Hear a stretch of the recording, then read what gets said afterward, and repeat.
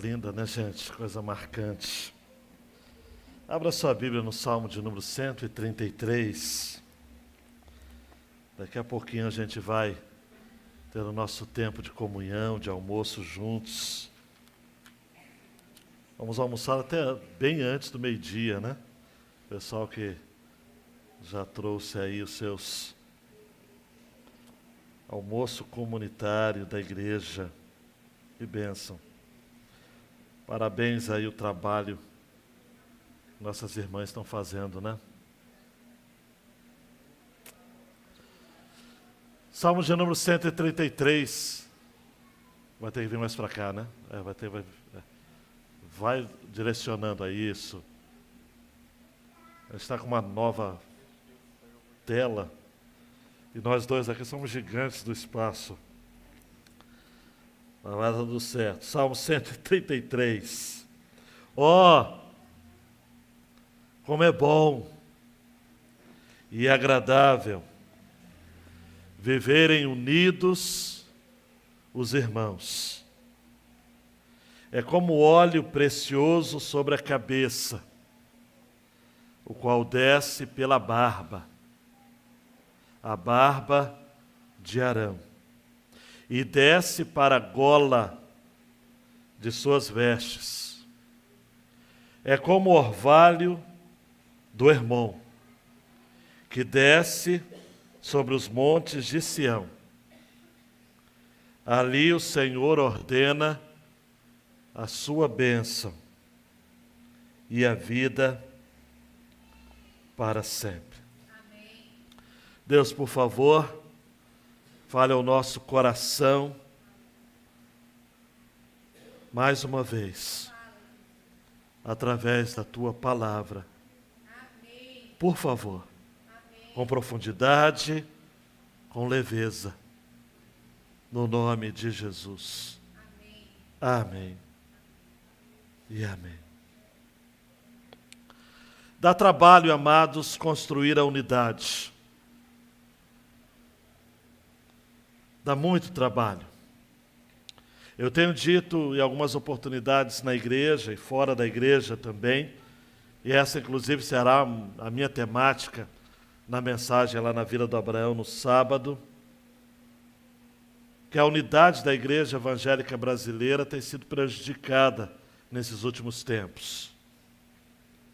E eu ouso dizer que a igreja saiu dessas eleições fraturada.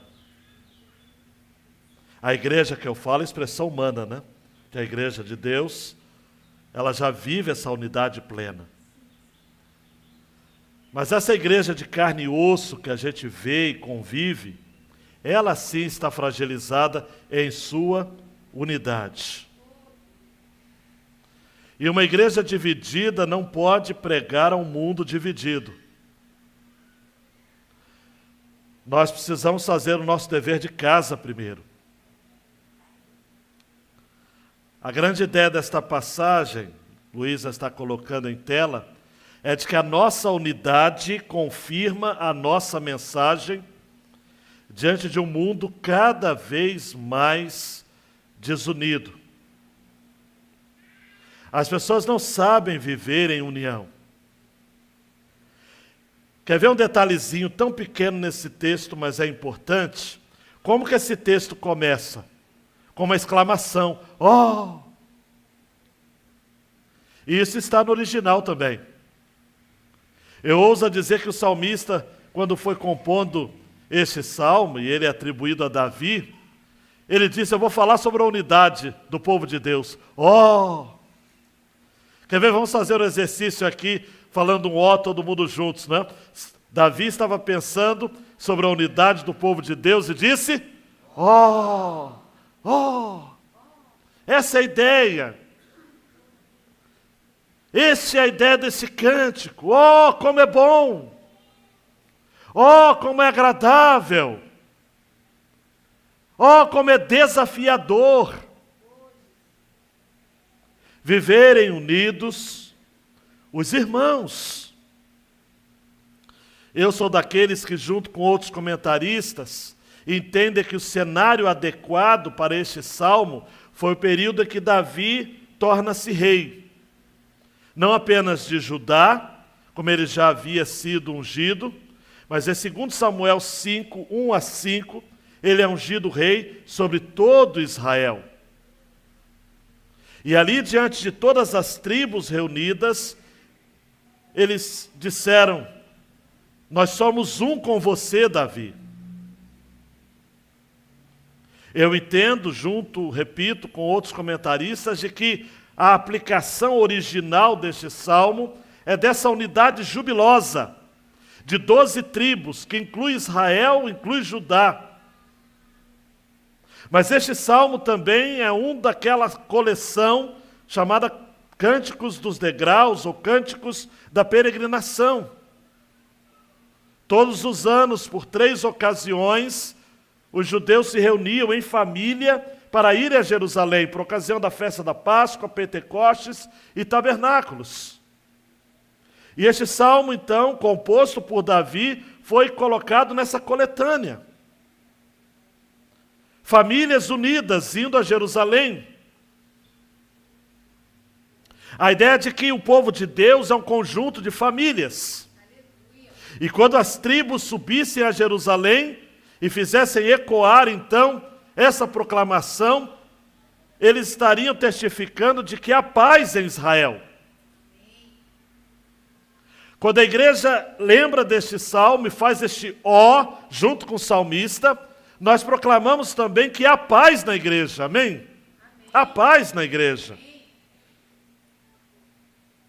Este salmo corrobora o senso de unidade entre o povo de Deus. Me faz lembrar a carta de Paulo aos Efésios. De 2 povos o Senhor fez um.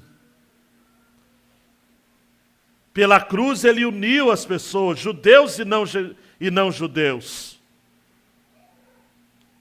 Mas esse salmo tem um incremento especial. Fala sobre a bênção do Senhor que desce. Conta comigo quantas vezes aparece o verbo desce. Versículo 2. O óleo desce pela barba. O óleo desce para a gola das vestes dos sacerdotes. A bênção do Senhor desce como orvalho do Hermon. Se desce, amados, é porque vem de cima. Este salmo fala de que a unidade do povo de Deus, a unidade da igreja, é coisa de Deus. Desce. Este salmo também está incluído numa outra categoria. É um salmo sapiencial, é um salmo de sabedoria. É um salmo para transmitir ensinamentos.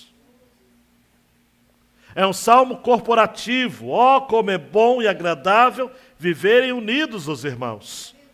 A nova tradução da linguagem de hoje traduziu assim: como é bom que os irmãos vivam juntos, unidos, como se fossem irmãos. Este salmo, amados, alguém já disse que é o salmo de koinonia, de comunhão do Antigo Testamento. O povo subia para Jerusalém para adorar ao Senhor, mas olhe para mim, nunca iam sozinhos. O crente precisa se acostumar a caminhar junto com outros. Porque nós não podemos ser igreja aqui sozinhos e ninguém vai para o céu sozinho. A gente só vai para o céu em caravana. Deus tem um povo. Nós somos ladeados, amados. E me permita fazer aqui um comentário. Eu fico imaginando os peregrinos viajando por ocasião dessas festas. Como toda viagem de peregrino ou de romaria, quem foi católico tem essa experiência da romaria, mas ou viagens em grupo, nós íamos em caravanas para os congressos de jovens, de mulheres até hoje, e hoje nós temos muitas facilidades, né? Mas eu fico imaginando o seguinte: fulano, tem açúcar para me emprestar? Fulano, tem farinha, tem óleo? As crianças brincando. se confraternizando, brigando, e os adultos tendo que intervir.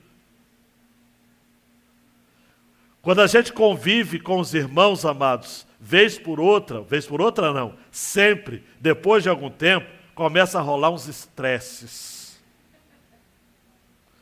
A minha experiência de liderar viagens missionárias, alguns aqui sabem disso por experiência própria, vai passando os 3 dias primeiros, é uma bênção. Parece que o céu desceu sobre a terra. Uma semana, a gente já começa a ficar irritado, ou pelo ronco, ou pelas brincadeiras sem graça, ou pelo jeito molenga de um ou do outro. 10 dias, Nilton, nós já estamos pedindo para Jesus voltar sobre a terra. Os mais saudosos já começam a ligar para a esposa todos os dias. Eu quero voltar para casa. Eu não aguento mais. E na minha experiência, tem que fechar antes dos 15 dias. Mas, queridão e queridona, o salmista diz, ó, como é bom e agradável viverem unidos os irmãos. Primeiro, esse texto fala da unidade, ou da necessidade da unidade. Versículo 1. Uma tradução proposta por João Calvino é: ó, como é bom e quão conveniente é que os irmãos habitem juntos. Amém. Calvino tira essa ideia da conveniência. É necessário. É bom e agradável. No hebraico é bom moralmente e agradável visualmente. É bom, é favorável, é festivo, é delicioso, é agradável, é prazeroso, é encantador, gera alegria. Ontem o pregador focou isso, sofrimento e alegria. Se a gente for ver a origem deste salmo, Davi, amados, já tinha uma parte do povo com ele. Agora, ele precisava ter a unidade do povo. Então se reuniram em Hebrom. E as demais tribos disseram: eis-nos aqui, segundo Samuel 5:1, somos teus ossos e tua carne. Davi só conseguiu reinar, amados, 40 anos sobre todo Israel, porque havia unidade. Ainda Calvino vai dizer, porque a mão de Deus foi maravilhosa e inesperadamente vista naquela harmonia existente no povo. Amém. Queridão, queridona, importa e é mistério e é necessário que eu lhes diga, a unidade é possível, mas preste atenção, tem um preço a pagar. Tem um preço a pagar. O próprio Jesus, no seu sermão, ou melhor, na sua oração sacerdotal de João 17, dos versos 20 a 23, ele diz assim: não rogo somente por estes, mas também por aqueles que pela sua palavra hão de crer em mim, para que todos sejam um, como tu, ó Pai, o és em mim, e eu em ti, que também eles sejam um em nós, para que o mundo creia que tu me enviaste. E eu dei-lhes a glória que a mim me deste, para que sejam um, como nós somos um. Eu neles e tu em mim, para que eles sejam perfeitos em unidade, e para que o mundo conheça que tu me enviaste a mim, e que os tens amado a eles, como me tens amado a mim. Há uma necessidade da gente viver juntos, irmãos. Olhe para mim, não é uma questão de opção. Não é assim a ideia do se possível, viva em união. É necessário. repetindo as palavras de Calvino, é conveniente que os irmãos vivam em união. Esta oração do Senhor Jesus em João 17 é a única oração de Jesus que não é para Deus atender, é para a gente atender. Porque ele ora para Jesus que eles sejam um. Que eles sejam um. A igreja não pode, amados e amadas, se dividir por preferências. Quaisquer que sejam essas preferências. A imagem de uma foto onde as pessoas estão juntas reflete essa ideia da unidade. Por que a pandemia, amados, precisou ressignificar esse senso da unidade? Porque a gente percebeu que faz falta.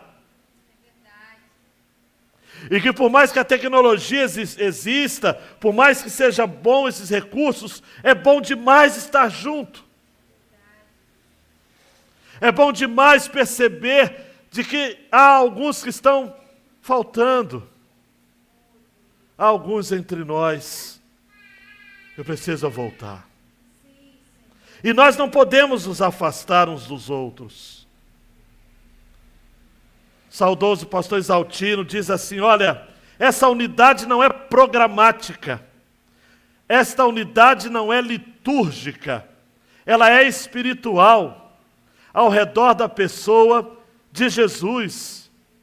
E ele, citando outro expositor, disse assim, a natureza desta unidade é fortemente definida, como nós somos um. Quando Jesus ora, ele diz o seguinte, que ele seja um como nós somos um. Aleluia. É uma unidade, preste atenção, arraigada no ser de Deus e na ação redentiva de Deus em Cristo. Agora, você quer uma coisa mais prática? Segundo ponto, Luiz, os efeitos dessa unidade. E aí o salmista que começa com como é necessário, como que é conveniente, como que é importante, como que é agradável, é bom, é prazeroso. A palavrinha no original bom é tov, que é a mesma palavra que é usada em Gênesis 1, e viu Deus que tudo era tov, tudo era bom. É a ideia da mesma reação. Assim como Deus disse que tudo era bom na criação, Ele diz que é bom que os irmãos vivam em união.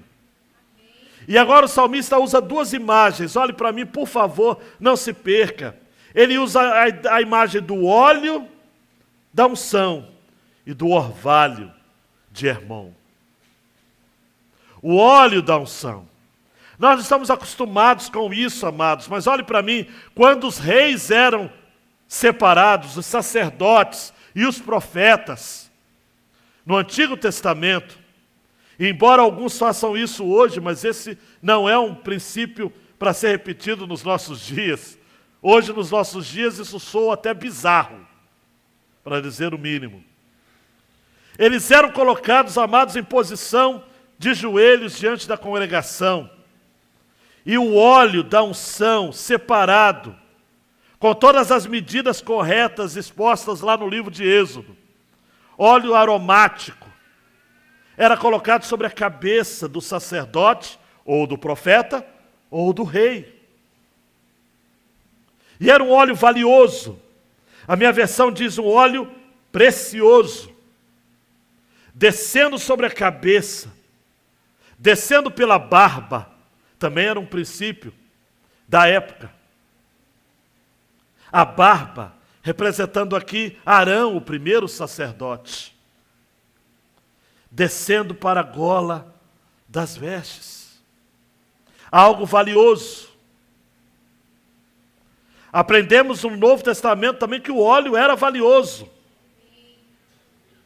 Útil na apresentação das pessoas, dava aparência de limpeza, era saudável. Era usado também como medicamento, segundo Tiago 5:14. Mas nos dias do Antigo Testamento, em especial, era usado além de produto fino, de beleza, como em Esther, vimos no capítulo 2, cosmético propício ao amor, como vemos em Provérbios e Cântico dos Cânticos. Era usado como remédio para os ferimentos, conforme Isaías 1:6. Mas o ponto aqui era a consagração, como Êxodo 30, 30 e 1 Samuel 10, 1. Em Levítico 8, 12, diz: depois derramou do azeite da unção sobre a cabeça de Arão e ungiu para santificá-lo. A ideia aqui, amados, é de que todos nós agora somos consagrados, todos somos sacerdotes, todos temos diante de nós a consagração, o óleo precioso. O Espírito Santo é o óleo do Senhor derramado sobre nós, consagrando as nossas vidas para o sacerdócio universal de todos os crentes, um princípio caro à reforma protestante. Não há mais distinção entre clero e laicato, ou clero e povo, ou eruditos e não eruditos. Na igreja, amados, a comunidade do povo de Deus, ela é uma. Da multidão dos que creram, começamos o culto, era um só o coração, um só a alma. Os pastores amados são ovelhas que são separadas para cuidar de outras ovelhas que pertencem ao Supremo Pastor. O que cantamos também, um só rebanho, um só pastor. Não há mais divisão de classes na igreja, amados. Esse é um dos grandes erros do catolicismo, que separa ainda de maneira muito estanque, muito segmentada, os seus sacerdotes. Todos nós somos ungidos. A unção da união.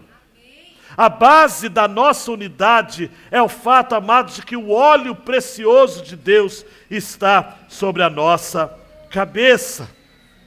E para usar a figura até as últimas consequências, sobre a cabeça da igreja, que é Cristo, e que desce sobre a barba do nosso sumo sacerdote, sacerdote por excelência, a gola das vestes, e nós que estamos aqui, que um dia pela fé tocamos a orla do manto de Jesus e fomos curados. Se você foi curado, diga amém. Amém. Você e eu somos restaurados e recebemos, me permita essa expressão, ela é grotesca, mas é incrível, recebemos o rescaldo da unção.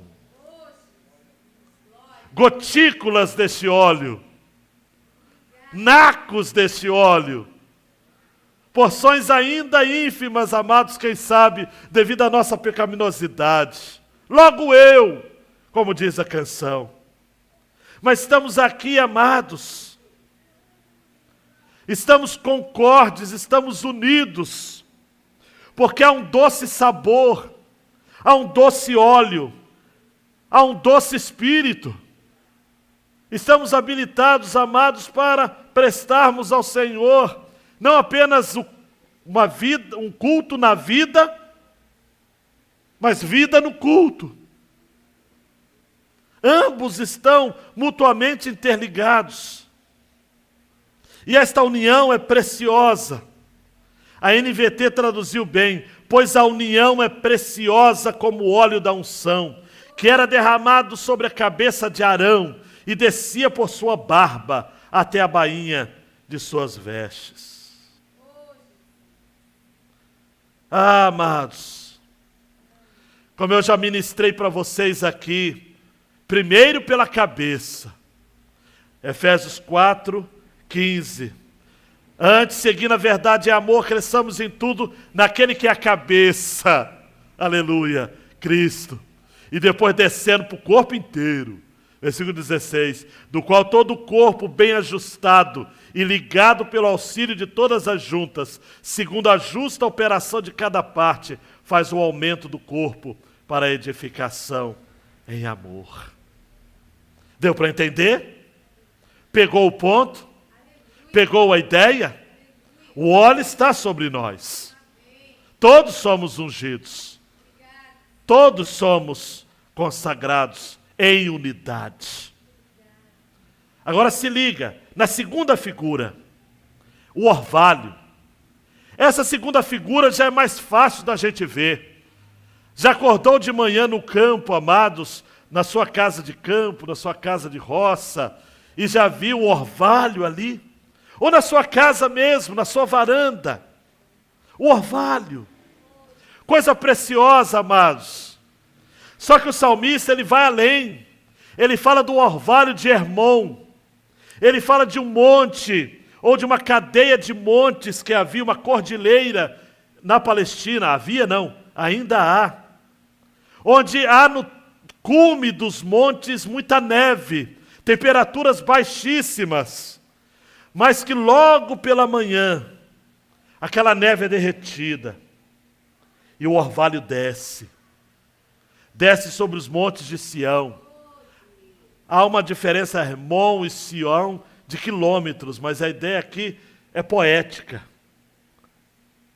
É um orvalho que desce, que alcança os quadrantes da terra santa.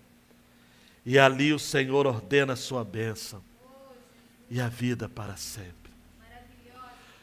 Preste atenção, queridão. Nesse sentido, nós estamos vivendo um contexto onde as águas de Deus, as águas abundantes de Deus, têm descido do Hermon. Essas águas têm atravessado o norte a sul da Palestina e alcançando a nós. Esse orvalho que é útil para o suprimento, para a terra, para o refrigério das noites e dos dias mais quentes. Serve para a vegetação, para suprir as necessidades dos animais, das pessoas. O Hermon é o abençoador. Sião é o abençoado. Recebe o orvalho que desce do Hermon. É cidade abençoada pelo Senhor. É sede das esperanças de redenção e de um futuro glorioso. Em nome de Jesus, amados e amadas, nesta manhã, nós vamos levantar as mãos daqui a pouco e vamos dizer: Deus, manda o seu orvalho sobre nós. Aleluia. Provérbios 19:12 diz: como o rugido do leão jovem é a indignação do rei, mas como o orvalho sobre a relva é a sua benevolência. Amados, é precioso. O R. Wisby, que conhece a Terra Santa, conheceu, comentarista já falecido, disse que, de acordo com o relato dos viajantes, quando vão até a Terra Santa, logo de manhã, quando o orvalho está na terra, dá-se a impressão de que houve uma chuva forte durante a noite. Mas não foi chuva, foi orvalho. Por isso, o povo de Deus diz: é bom, e é suave, é agradável que os irmãos vivam em união. Ali o Senhor ordena a bênção.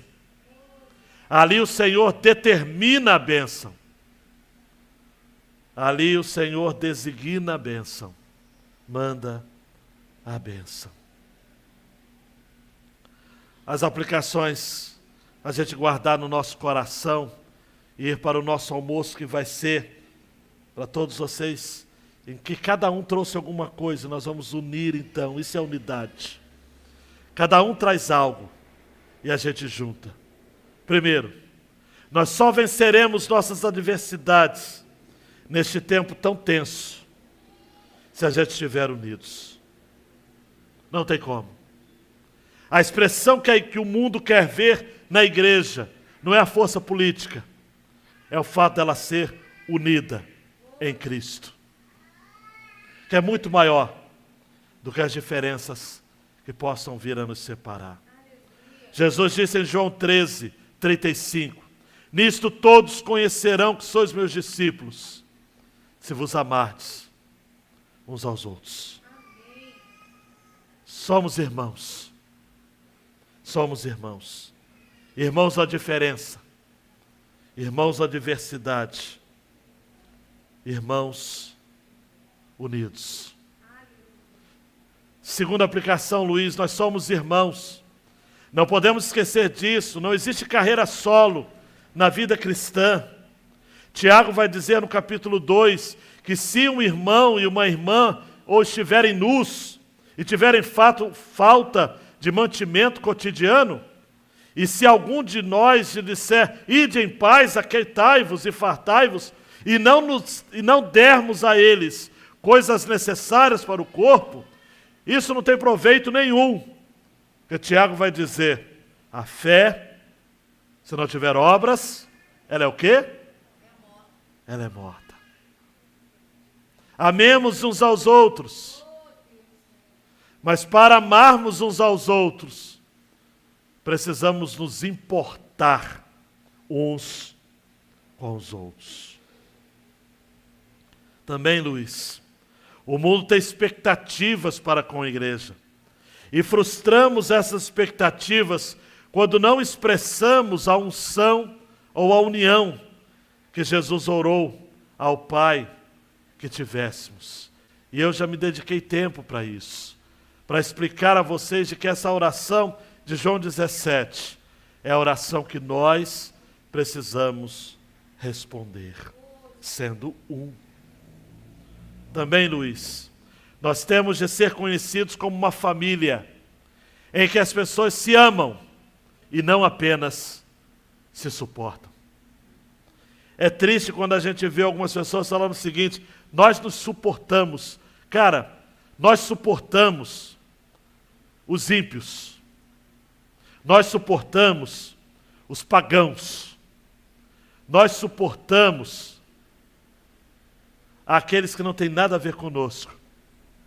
Aos irmãos, nós amamos. Nós somos irmãos. E se eu for pegar mais pesado ainda na Bíblia com você, eu vou dizer que até os inimigos nós precisamos amar. Martin Luther King disse certa feita, só transformaremos inimigos em amigos se os amarmos como irmãos. Eugene Peterson traduziu assim em 1 Coríntios 13. Se eu falar com eloquência humana e com êxtase própria dos anjos, e não tiver amor, não passarei do rangido de uma porta enferrujada.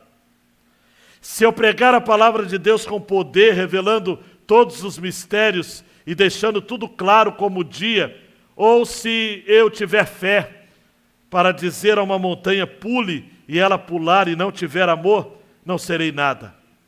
Se eu der tudo que tenho aos pobres e ainda for para a fogueira como mártir, se não tiver amor, não cheguei a lugar algum. Assim não importa o que eu diga, no que eu creia ou no que eu faça. Sem amor, estou falido. O amor nunca desiste. O amor se preocupa mais com os outros que consigo mesmo. O amor não quer o que não tem. O amor não é esnobe. Não tem a mente soberba. Não se impõe sobre os outros. Não age na base do eu primeiro. Não perde as estribeiras. Não contabiliza os pecados dos outros. Não festeja quando os outros rastejam. Tem prazer no desabrochar da verdade. Tolera qualquer coisa. Confia sempre em Deus. Sempre procura o melhor. Nunca olha para trás. Mas prossegue até o fim. E por fim, para quem não convive bem com os seus irmãos aqui na terra, o céu será pior do que o inferno. Para quem não convive bem com os seus irmãos aqui na terra, o céu será pior do que o inferno. Para você que acha que só pode amar quando tudo está favorável, para você que acha que só pode amar quem pensa igual a você, para você que acha que só pode amar os amáveis, só deve amar aos queridos, só deve amar aos correligionários, só deve amar aqueles que estão próximos de você, receba essa palavra. Amar é ser vulnerável. Eu quero terminar com essa citação de C.S. Lewis, clássica. Amar é ser sempre vulnerável. Para que nunca se sofra com isso, aconselha-se a não se amar algo, ou mesmo alguém. Se sugere proteger a si mesmo nos próprios hobbies, mimos e zelos. Evitar qualquer envolvimento com as pessoas. Guardar o coração na segurança do caixão do próprio ego. Dessa forma, nesta tumba segura e tenaz, sem movimento ao ar, o seu coração provavelmente mudará para melhor. Sim, ele não se partirá, antes se tornará indestrutível, impenetrável, invencível ou inalienável. Ele nunca precisará de algum perdão. Quem ama os iguais não vai precisar perdoar nunca.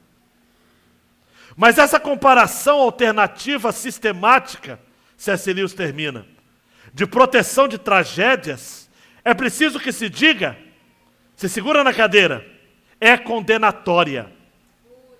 Isso porque, e aí ele conclui magistralmente, isso porque o único lugar que existe além do céu, onde se pode estar perfeitamente a salvo de todos os acidentes e perturbações do amor, é o inferno.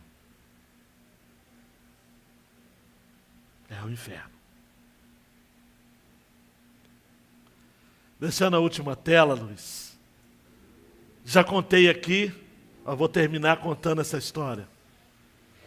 Conta-se uma lenda que Deus convidou um homem para conhecer o céu e o inferno. Estão ligados? O céu e o inferno. Foram primeiro ao inferno. Ao abrir uma porta, o homem viu uma sala em cujo centro havia um caldeirão de substanciosa sopa. À sua volta estavam sentadas pessoas famintas e desesperadas. Cida, cada uma delas segurava uma colher. A Cida aqui e a Cida ali. Porém de cabo muito comprido, que lhes possibilitava alcançar o caldeirão, mas não permitia que colocassem a sopa na própria boca. O sofrimento era grande, alcançava lá, mas não chegava cá. Em seguida, se segura na cadeira, é de Deus. Deus levou o homem para conhecer o céu. Entraram em uma sala idêntica à primeira, Maria Clara. Havia o mesmo caldeirão, e o homem ficou em crise. Poxa, o mesmo caldeirão. As pessoas em volta.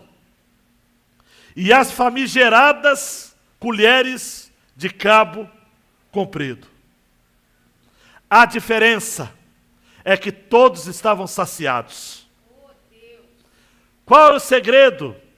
Rebeca, Luísa, Manuela, qual era o segredo? Não havia fome. Não havia sofrimento. O homem pergunta então, eu não compreendo.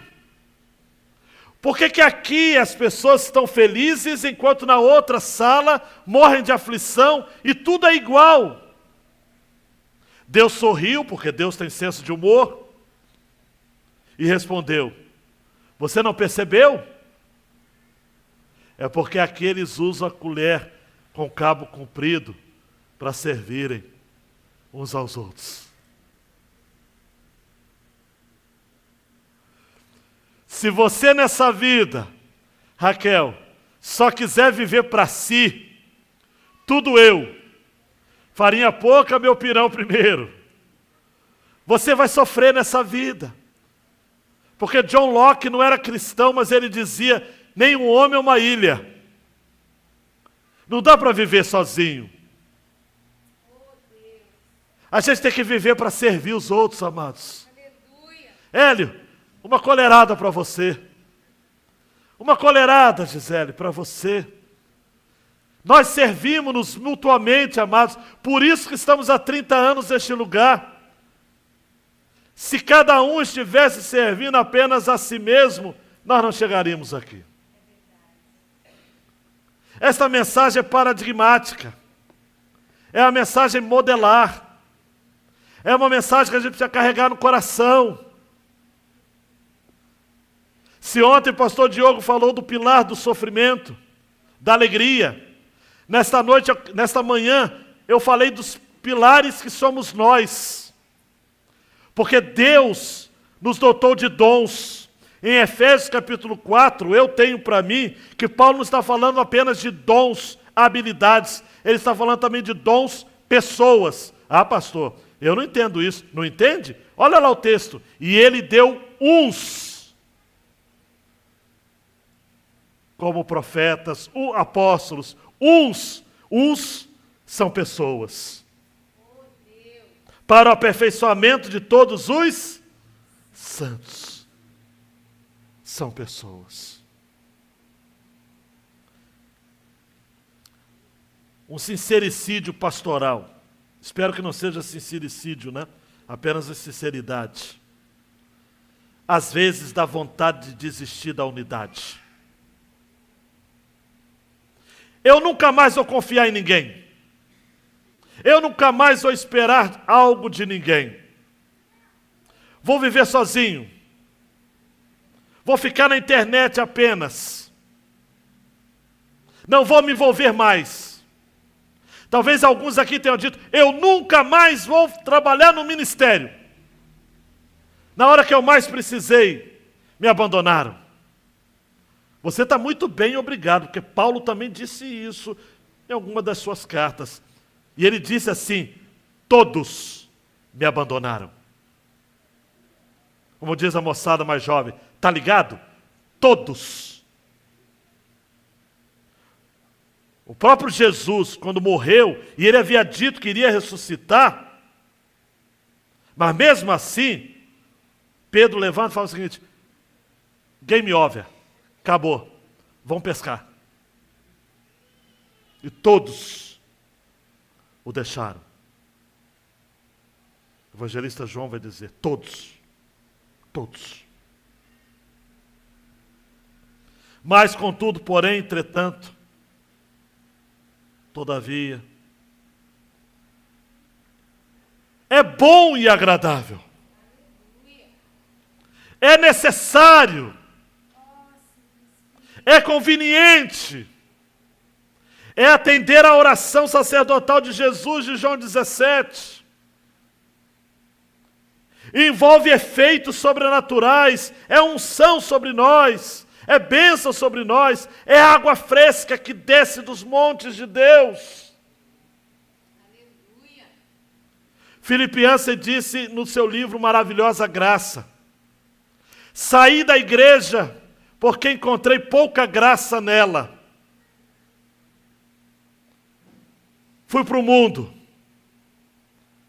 Voltei para a igreja porque eu não encontrei nenhuma graça no mundo. É bom. É agradável. E você que está nessa manhã que já disse, eu não vou fazer mais nada na igreja. Não vou participar de mutirão mais. Não vou participar de ministério mais. A música eu vou deixar. Eu vou deixar a dança. As mulheres não participam de atividade nenhuma das mulheres, porque eu não concordo, ou dos homens, porque eu acho eles desunidos, só tem fofoca. Você que está pensando nisso, diz o seguinte, olha, é bom. Porque senão eu vou morrer de fome. Quem não vive em união, amados, morre de fome. O garfo é comprido. Rasga a boca, mas não alimenta. Nós estamos aqui para servir uns aos outros. Vai uma sopa aí, Bárbara? Vai outro naco de sopa também, Wélica? Vai um encorajamento aí, Diego? Vai uma palavra de oração aí, Glória? Vai uma chamada de atenção, Levi? Mas vamos junto. Unidos. É assim que a igreja anda. O mundo não sabe o que é unidade, amados. Muita desunião. A igreja não pode ser refém ou ser influenciada pelo espírito deste mundo. Não é Lula, não é Bolsonaro. Não é Flamengo, não é Vasco. Não é rico, não é pobre. Não é calvinista, não é arminiano. Não é tradicional e pentecostal. Nada nos poderá separar do amor de Deus que está em Cristo Jesus. Nós somos um. Levante-se, queridão e queridona. Que manhã, hein?